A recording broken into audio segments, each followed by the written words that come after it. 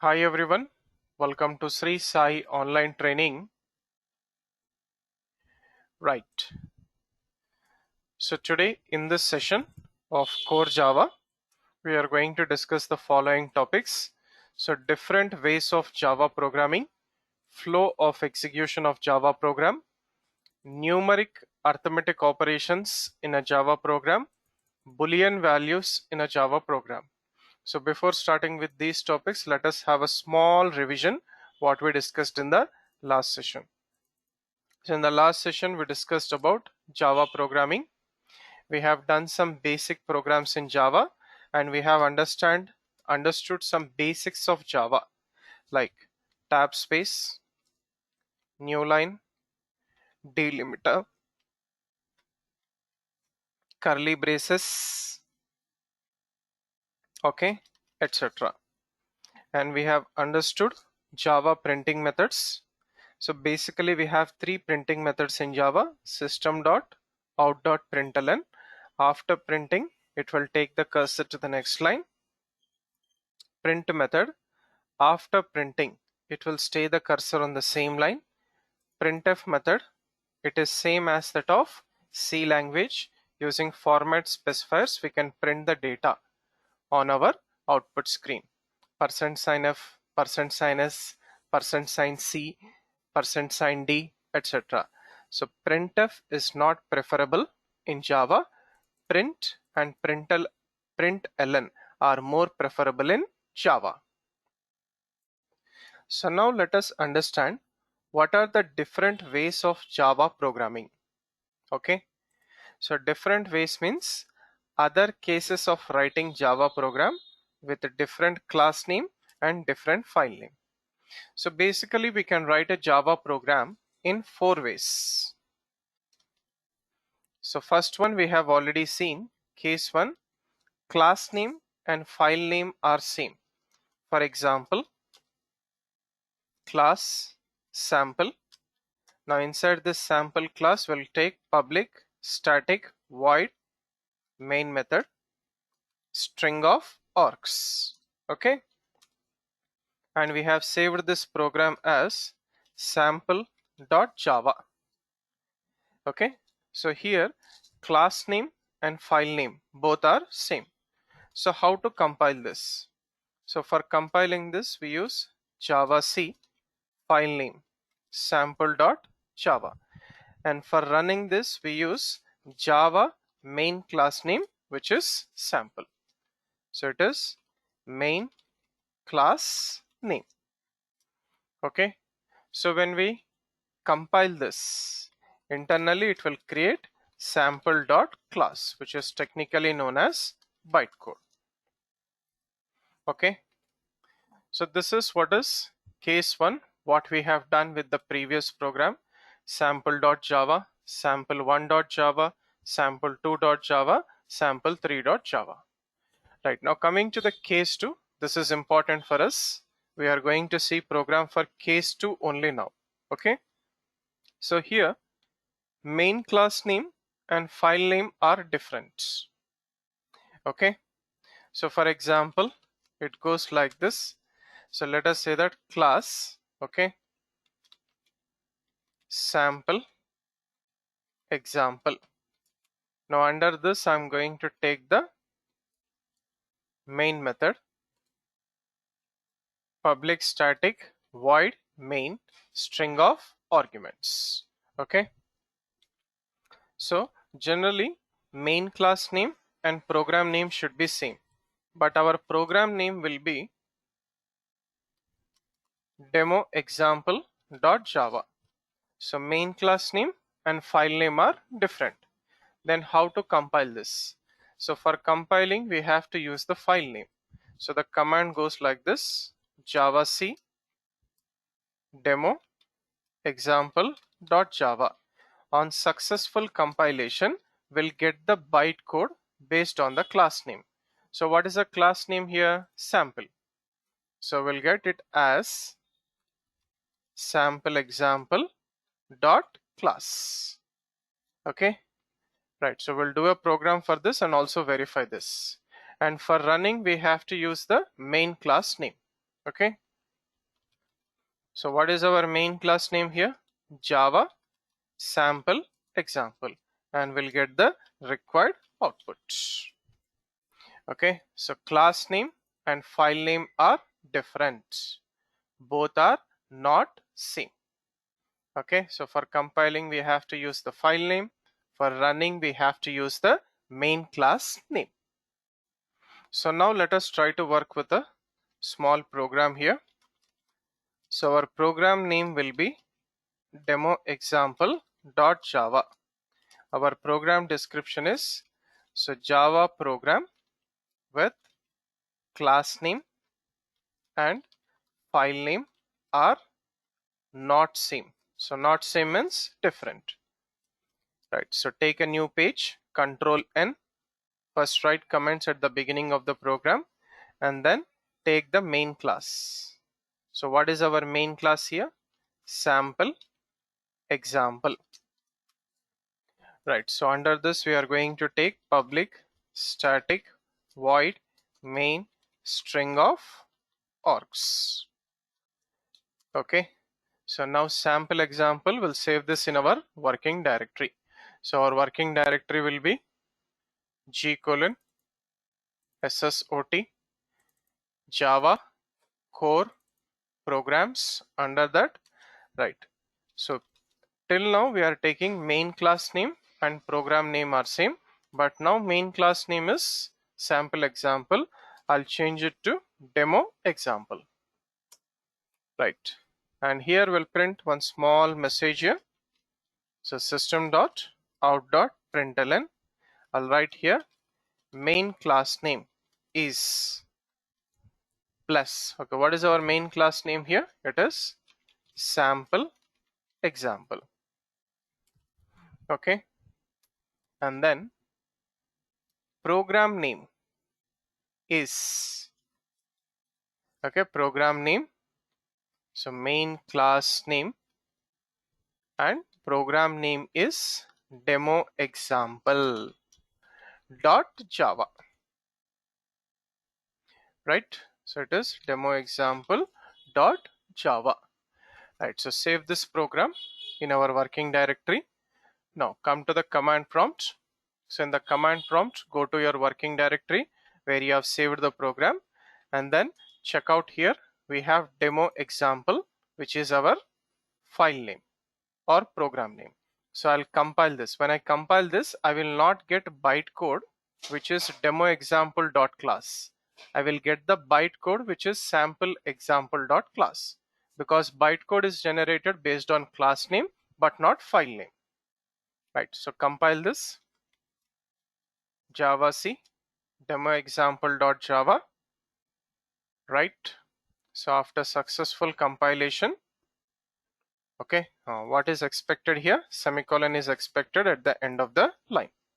So come to the end of the line, put one semicolon, come to the end of the second line and put one semicolon. So save this, come back to the command prompt, recompile demo example.java, no error.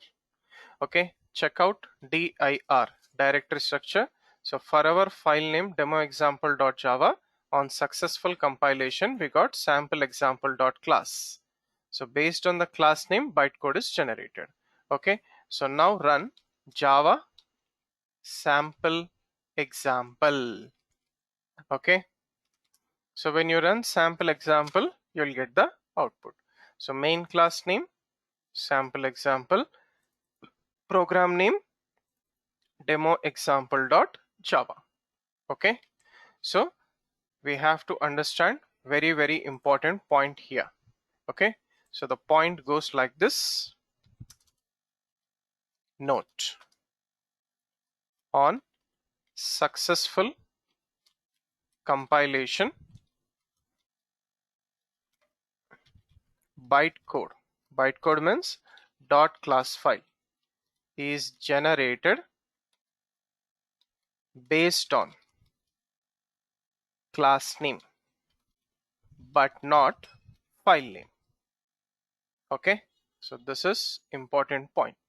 So here our class name is sample example. Based on that we'll get the bytecode, but not based on the file name. Okay, so now coming to the case 3. So case 3, multiple class names and file name is same as your main class name. Okay, so I'll write simple here, multiple classes and file name is same as main method class name. For example, okay, class A, okay, class B, next class sample. Now in sample class we'll take the main method. Okay, so what I'm going to do here, we have 3 classes A, B, C, multiple classes. Now file name will be sample.java. So file name is same as that of main method class name. So in a single program we have 3 classes A, B, sample. So how to compile this? Okay, so for compiling this we use Java C file name. So what is a file name? Sample.java. Okay, right. So on successful compilation you will get A dot class, you will get B dot class, you will also get sample dot class. Okay, right. So for running, so how to run this? So for running we have to use Java followed by main class name, which is sample. We have to run main class name, which is sample. Is it okay, guys? If you run class A or class B, you'll get the error, right? So this case we are going to discuss in the future topics, not now. So when we discuss multiple classes in a Java program, we'll discuss this topic. So now coming to the case 4. So case 4 of working with Java program. So multiple classes in a single program and file name is different from main method class name. Okay, so let us try to use the same example from the previous one and try to use this. Okay, for example, I'll take it like this: multiple classes, class A, class B, okay, class sample example 1. So this is our main class name. So main class name and program name are different. So program name is demo example 1. Okay, so for compilation we have to use the file name. So what is our file name here? Demo example 1, right? So on successful compilation you will get A dot class, B dot class, and what is our main class name? Sample example 1 dot class. Okay, so this is our main class. Now how to run the program? So for running we have to use the main class name, which is sample example 1, and you will get the required output from the main method. Okay, so main class name and program name are different. Okay, so for running Java program we have to use class name which contains main method. Okay, and one more important point here. So dot class files, which means bytecodes, are generated based on number of classes available in your Java program. If your Java program contains 10 classes, you will get 10 bytecodes. Class name dot class. Okay, so these are the 4 different ways, okay, of working with Java program compilations and running. So now let us understand what is the flow of execution of a Java program. So the diagram goes like this. So basically we write the Java programs as file name filename.java as extension. So after writing that, we have to compile the program. Okay. Right. So for compiling the program, we use the command javac filename.java. Okay. So on successful compilation, we'll get the bytecode. Right. We'll get the bytecode. So bytecode extension is dot class file. Now this bytecode, we have to run it. Okay.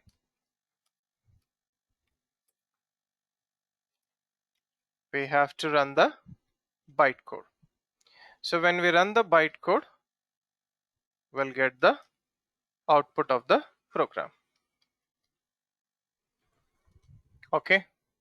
So this is the basic flow of execution of a Java program. And for running, the command is Java followed by main class name. Okay. And this running is done by JVM, which is inbuilt with your Java software, and compilation is done by Java compiler. And this is also inbuilt with your Java software. So this is the basic flow of execution of a Java program. So let us understand some technical points here. So basically Java programs are saved with .java as extension. So compilation means converting the program into bytecode in Java, which is .class file. And for compiling, we use the command javac filename.java. Okay. And this bytecode is understood only by JVM. So JVM stands for Java Virtual Machine. And next, running. So running the bytecode is done by JVM in two steps. First one, interpretation. Second one, execution. Okay. So dot class file, which is technically known as bytecode. Right. So this bytecode, when you run. Okay. So when you run, internally two things happens. Okay. First one, interpretation. Second one, execution.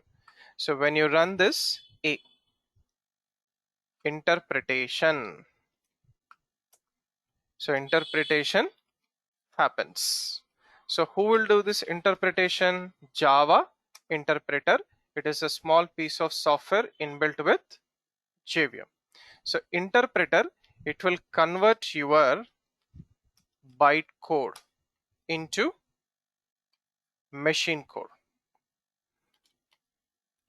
You will get the machine code. So machine code means OS understandable code or binary code. Who will do this? Java interpreter. Okay. And next, B, step 2, execution. Okay. So execution. So execution is done. Execution happens on machine code. It is done by execution engine, a small piece of software which is inbuilt with JVM. So this is executed line by line. Okay, it is executed line by line to give the required output. I'll write it here, line by line, and you will get the required output. Okay, right?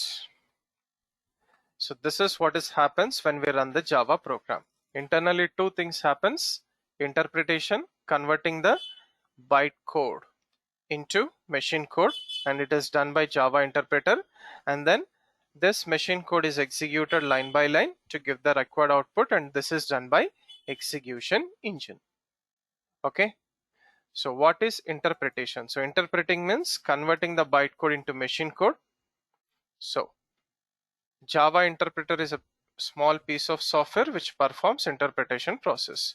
So machine code is understood only by that particular operating system. So such code is not accessible to the user. It is available only in JVM memory. So here machine code is generated based on operating system. Such code is different from different operating systems. For different operating systems, different machine code is generated. Windows, Linux, Mac. Okay. And then finally execution. So execution means taking the machine code and executing it line by line to give the required output. So for this we are going to use execution engine, which is a small piece of software which performs execution process.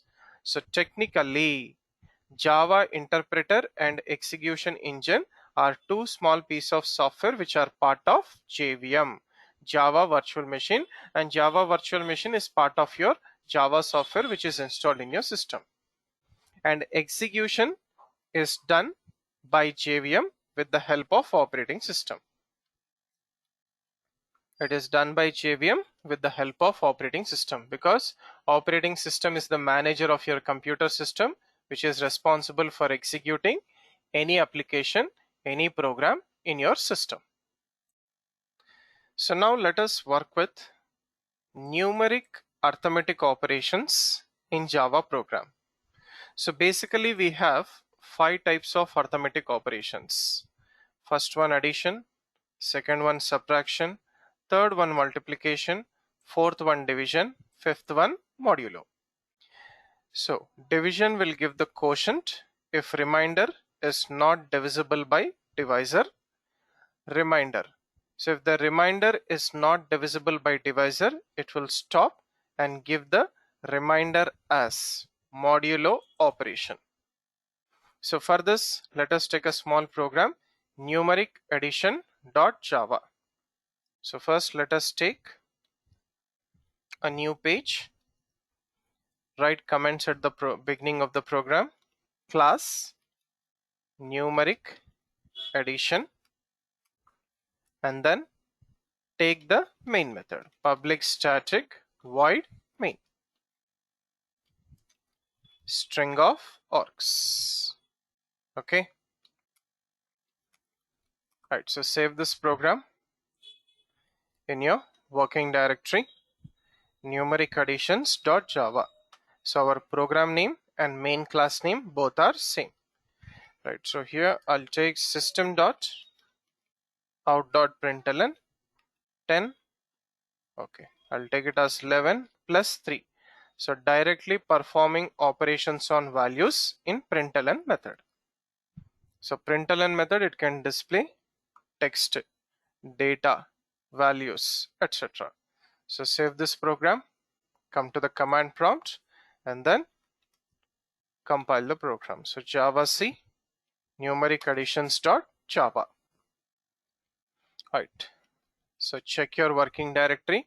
So numeric addition.java is successfully converted into numeric addition.class. So run the main class name, Java numeric addition. So the answer is 14. Okay.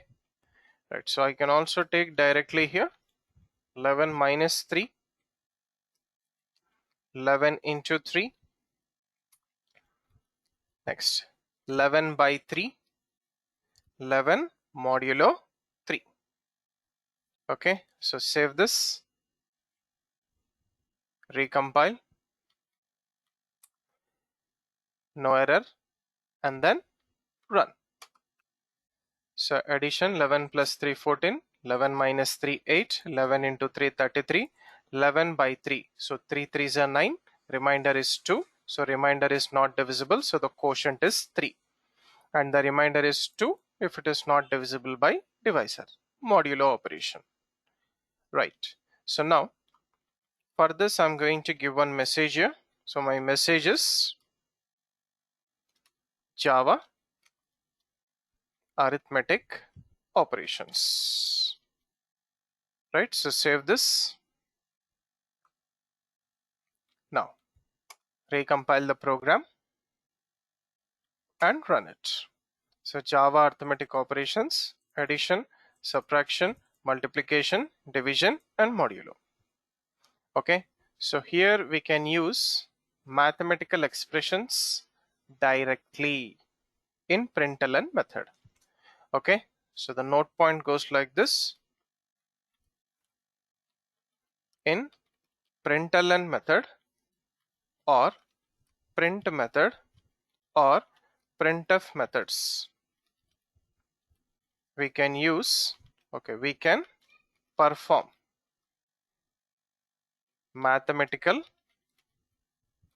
operations directly. Example, okay, so it goes like this. Example, so system.out.println 11 plus 3.